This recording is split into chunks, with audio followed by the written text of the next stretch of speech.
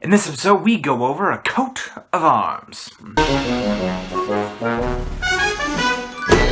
Welcome back, fellow citizens of Jar, to Deron for Super President.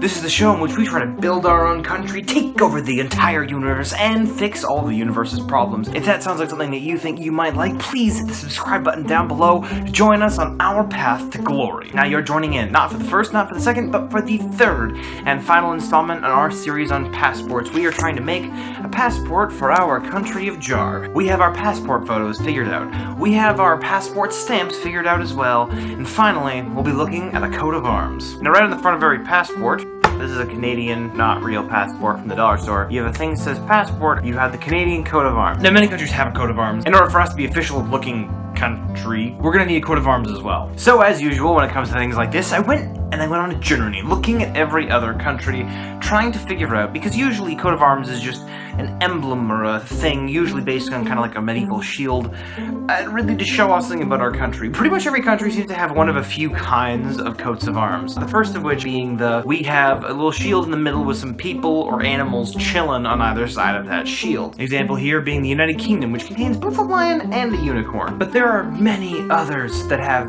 just people or things chilling on both sides of a thing in the middle. Like an absurd number of them, like huge, it's just a huge amount. Also, usually I enjoy Canada's contribution to like mottos or flags or stuff. This one is really weak. It's literally just the UK. It's that one. But we have maple leafs everywhere. Oh, so much everywhere. Literally to a point where there's like an whole thing of a maple leaf being like, you know this is Canada, right? Like, look at my hand. I'm holding. Look how Canadian this is. I might as well be holding up a Tim Hortons cup, or just a picture of whatever hockey player is currently most famous. I don't follow hockey.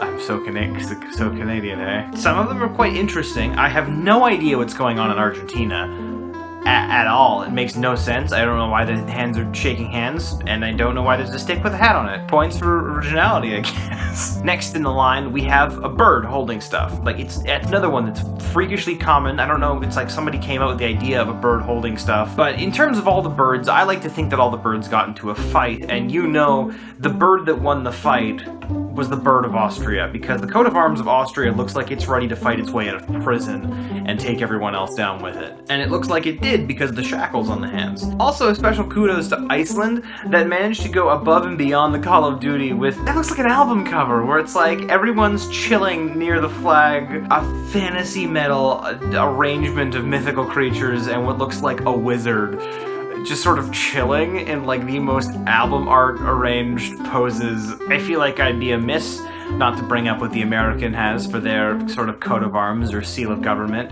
which is another one of the birds. Sorry, it's not going to win the fight. It may have a handful of arrows, but we got birds galore. Yeah, quite literally spread eagle, because it's an eagle which is spread.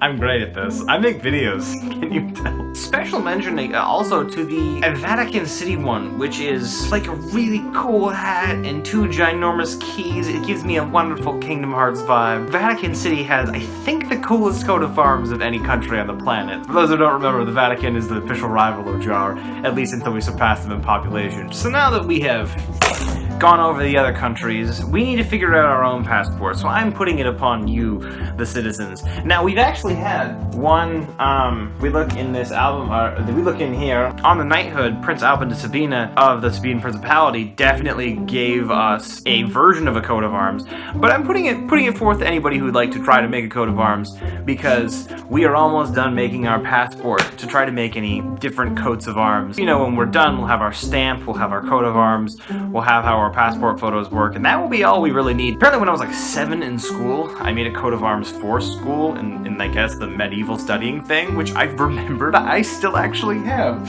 So in a fun random side thing, here's what I had as my coat of arms when I was like 7, which I think is interesting. Surprisingly holds up. I'm impressed with myself from when I was like 7. I probably got help from an adult to make a full Hydra with a crescent moon above it. So anyone who would like to go and put forth a version of this will, you know, combine or pick one or use versions of different ones. We'll go over any submissions for this on Monday, and then next Friday we'll get basically all the bits together, and we'll have a mock-up passport for everybody, as well as going over some other topic. But we're finishing off the passport series this time. At this point in the show, we're going to do our World Domination Fund segment.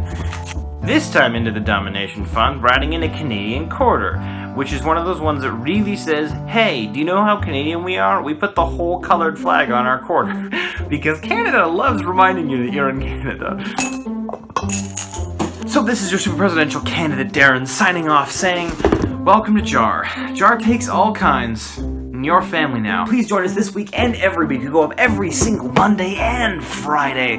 And we have 2 different shows, the community show and this one, the sort of topic show. I'd love to see whichever things you guys come up with, and I'd love to hear what you all have to say about this idea. And I'll talk to you all on Monday. And I will leave you this week, as every week, with our viewer-submitted motto for JAR, which is, we are JAR. If you love JAR, you love us. We'll see you next week.